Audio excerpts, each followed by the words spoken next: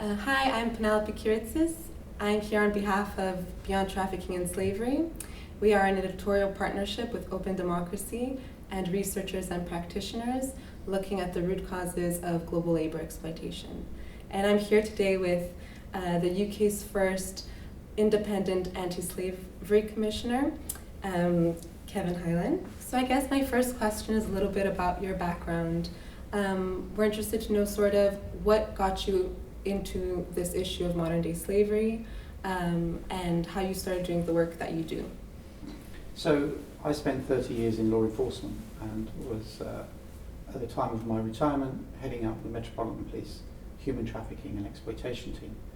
And during my time in policing, I dealt with many issues of vulnerability. And I think that this is one of the areas where I see there is some of the most injustices to people, because it is stripping them of their dignity, of their freedom. And I think that I saw that there wasn't a response to it commensurate to the risk this presented to individuals.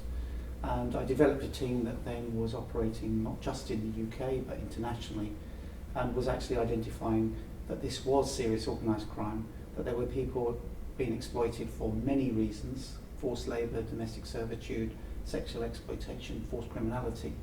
And on my retirement, the UK was moving into creating the Modern Slavery Act, and this role came up and I applied for it, and I was appointed as the first independent anti-slavery commissioner. And I'm just interested, why do you think there was such a weak response to modern slavery previously? Well, I think the identification of this and understanding of what it was being lost within a number of other considerations. There was always a drive for cheap labour, and that, I think, had escalated in many ways. I think there was also a misunderstanding of what cheap labour looked like and exploitation looked like. And sometimes there were prejudices looking at people who were coming from elsewhere in the world, and what they got here was better for them, and shouldn't they be grateful for it? So there was a perfect culture, in a way, for this exploitation to manifest itself and develop. And I think then there was a beginning to understand this, and then the then Home Secretary Theresa May asked the Centre for Social Justice to examine this, and they made a number of recommendations which then led to the political will to create legislation, and that was implemented in the UK in record time, and we had the Modern Slavery Act. So I think that has now started to open up the eyes of people. I think many people now understand it, but I'm not sure it's understood by all communities across the UK. And we need to move this to a position where people do understand it, find it unacceptable, and then know what to do when they see it. There's been a lot of research in the past 2 decades on the issue, but it seems like we're still seeing a sort of lack of comprehensive, information on the situation. I'm just wondering where you think, if you first of all agree that more research is needed, and if so, what do you identify as the main gaps? What would you have being researched more, especially in terms of sort of changing the culture around forced labor? What kind of research is needed? So I think you're exactly right that there is gaps in the research. I think that the way that the response to human trafficking and modern slavery and labour exploitation has developed is it's been a grassroots up, and that gives some real quality and depth and understanding. But that's where it stopped, and it was kind of a case-by-case, organisation-by-organisation approach. And we're not joining that all up and then understanding the drivers and the pull factors. So I think that's where the research needs to go. What are the drivers and the pull factors, but then what are the solutions to that? And we hear the conversation is slightly different now. We are talking about, the migrants issue actually increases the number of people who are available for exploiters. But we need to understand, why do exploiters go into this? We do understand this is all driven by finances, because people can make a lot of money in it. But then what are the solutions we can do right upstream? What do we have to do in countries where people originate from? How can we start to develop models in those countries to prevent people from entering into these dangerous routes and these dangerous forms of exploitation? How do we educate? And that needs to consider a wide range of areas. For example, the gender imbalance there is in parts of the world, the governance vacuums that there are, And we need to be quite brave on that research and really start to speak out. But then we also need to look at our business models, which is the forced labour issue in particular. How have we allowed this to infiltrate business models in what are, ethical business on the surface? Why is it that we kind of turn a blind eye to what might be going on several thousand miles away when it's ending up on our high streets? But then why do we turn a blind eye to what's going on in our high streets, for example, car washes and nail bars? And is it just, we have got to the culture where it's kind of acceptable? There's nail bars there, there's car washes there, they've been there for so long, they must be legitimate. Because, in the UK we would have challenged it if it was not legal. So we need to understand all of those issues. One of the things I think we need to stop doing is the modern slavery group need to start talking more to people outside of it. I think that's happening. I think the engagement like we've seen here today is about bringing in a new audience. And there have been lots of projects in the UK, campaigns that have been driven by the media, by law enforcement, by our local government association about engaging with more people, our National Health Service, our Royal College of Nursing. But that's what we need to do. We need to start talking to people who don't actually have experience of this and start to make them understand where they engage with it, perhaps on a daily basis. So then they can start speaking out, they can start demanding solutions, and then they can start feeding into that whole bigger picture of how we solve this global exploitation. So it seems like there's the issue of forced labor is a lucrative business, and that's why some people do it. We have the issue that some people just aren't aware that they're participating in these systems. But there's also a big question is the kind of vulnerability.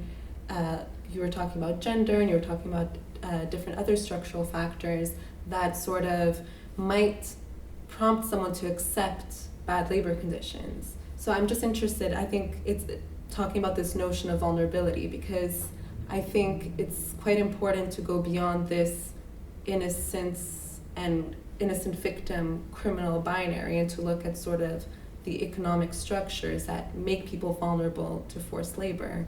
And I'm wondering if you had any thoughts about that. Yeah, and I think that's, in the UK model, what is it that creates the situation whereby people are vulnerable working in, perhaps in the agricultural sector or construction, when, on the same construction site or in the same fields, there will be people who are being employed legitimately and being paid properly, and yet some people are exploited. But I think where I saw it, in very stark terms around that vulnerability, when I travelled to Greece and I went to one of the camps where there were 1,500 people living in one warehouse, there was a family who invited me in to have something to eat with them in their tent. And the man was telling me about how he had gone out to get some work and he was being paid next to nothing to do some fencing. And then one day he wasn't getting paid at all because he was vulnerable. He was a civil engineer when he was in Syria. His wife was a doctor. And he told me that they had a nice car, a lovely house. And he said, if you'd said to me 10 years ago that this would happen, I would have laughed at you. How could this have happened? So there we see educated people who had opportunity then put into a situation where the vulnerability was created because of the situation they were in. And then we see a situation whereby criminals then actually seek these people out. And that might be a static criminal, because that person who then exploits somebody who is vulnerable, even if it's just to get them to do fencing, is actually committing a crime. And we need to talk about it like that, because you have exploited somebody who's in the lowest ebb of their life, and you are happy to exploit them in what is the developed world. And that is what's happening in the UK. And once we talk about it like that and start to think about it in those terms, we can really start to think about what the solutions are, that it's not just by campaigning, which is important, it's not just by raising awareness, which is important, but it's about building structures into employment and business models that will not allow that to happen. And if you dare to do it, there will be some sanction that actually doesn't profit you, because at the moment, take the risk, and even if you get caught, what is the sanction? So it's a good business model to have cheap labour. So you gave the example about the fencing example, which is the sort of like an individual coercing another individual to do work for very cheap or for free, essentially. And I'm wondering, and then you're saying the person who is coercing and who's not paying is the criminal. And I'm trying to think if we applied that to a global supply chains framework. Someone who, for example, is working at the very bottom of supply chains, on the shop floor in a factory, getting paid less than a living wage, not being able to unionize, et cetera, all those labor violations. It's very complicated, I know, but who is then the criminal? Who is liable for the labor abuse that person is facing? So, we can't solve this just by, prosecuting people. It's about structural change and systems changes. But if you look at that example you've given, that somebody is at the bottom of that supply chain, as it were, somebody is doing the low-level job, perceived as a low-level job, and all along that supply chain there will be contracts, there will be processes, there will be employment processes, and so on and so. There'll be procurement, and I think it's all within that chain that there is some form of liability that can actually address that issue. Because if everybody did their part properly, then you can actually start to make sure that that part doesn't pay the cost. And that's a big ask. It's a really big ask. But when we're manufacturing something like an aircraft, we need to know where every part comes from.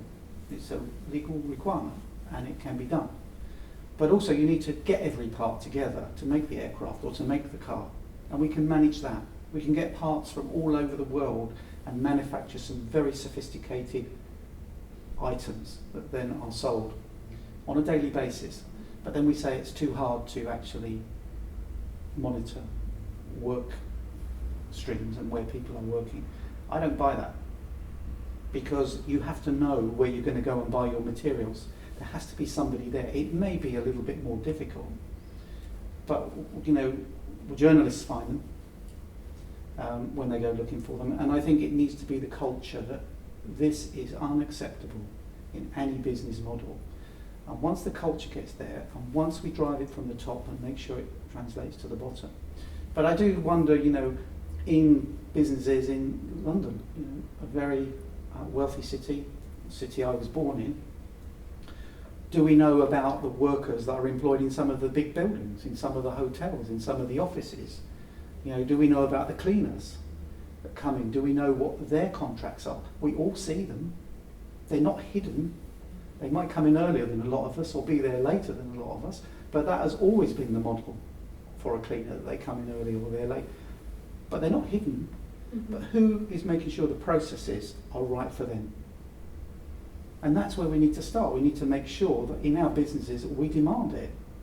But we can also go down the high streets and we will see car washes, and you can look at them with your own eyes and see no health and safety. You can see no drainage. You can see people stood in water. And this can be in the capital, it can be anywhere in the UK, and yet cars will drive in and 5 or 6 people wash that car, and you pay £4.99 or £5 something, and you just work out the maths. It cannot pay. And yet we allow it to happen. So we need to be asking questions of individuals, but within businesses we need to say, actually, this can be done, because I hear too often it's very difficult. Well, you can't do everything today, but you can do certain things. You can do your first line of suppliers. You can look at your cleaners. You can see who's in your building. You can see who your cooks are. You can see who your suppliers are. So we need to move away from this, it's difficult, can't do, to actually you can. So related to this issue of transparency, I want to ask you a question about the UK Modern Slavery Act. There have been critiques recently, or not true, anyways, there have been critiques about whether the disproportionate focus on transparency and less on compliance, I suppose, has meant that the UK Modern Slavery Act has sort of normalized labor conditions, because I guess companies disclose what's going on in their supply chains, but then there isn't really a binding mechanism through which they have to act on that. And I'm wondering what your thoughts were. So the Modern Slavery Act was brought in as a way of engaging companies. Section 54 is about, companies need to speak about this at the boardroom. Director level has to sign it off, the statement, and the statement has to be published on their website and on the front page. So it brings in a number of things, which was the vehicle to get it in the boardroom. What's in the statement, obviously, is a quality issue, and there could be almost nothing in it. So it's about getting this in the boardroom to be a discussion piece. And we also know that compliance with those 3 measures that I've said hasn't been anywhere near complete. In fact, it's just over half have complied with those 3 requirements. So the Modern Slavery Act has achieved a lot because some companies are racing ahead and doing far more. We hear about some really good examples where companies are doing far more than is required under the legislation. And that has created a bit of a culture with some companies. But what it does do, this is the first step to focusing on business. And if it had sanctions from day one, companies would be shutting the doors and they would be finding ways of just making sure that this never touched them. Where I think I wanted the Modern Slavery Act to be something that opened the doors and companies go and actively seek it and look for it and then resolve it. Because actually, unlike bribery and corruption, where there is a sanction if you get engaged in this, I want this to be where almost, if you identify it and find it and you rectify it, you are seen as a good company, because we know it's there. So by making it punitive, you will drive away the ability to do the aim of this and the objective. That said, I think in the future it may be that changes, because private sector themselves, when people are doing good statements and are compliant, and other companies are getting a competitive edge because they've got forced labour in their supply chain, well then you've got a competition issue perhaps, but also you'll have other businesses saying, hang on, you're getting the market advantage because you are exploiting workers. That's not on. So I think it is a vehicle, this isn't an overnight fix. I think lots of people think it is, or try to talk about it and talk about failings of it. And I don't think it has actually created a model whereby people are now going and saying, oh, I can do this and I can have slavery. I don't think that's happened at all, because they are now under scrutiny, whereas only a couple of years ago, who knew what was going on? And there was no discussions on this in the boardroom. So I think that actually the model is the correct model at the moment. I do think there should be more about compliance with the current Act and what happens to those companies that don't comply. I do think it will be really useful to have a list of those companies that we can see who has complied and who hasn't.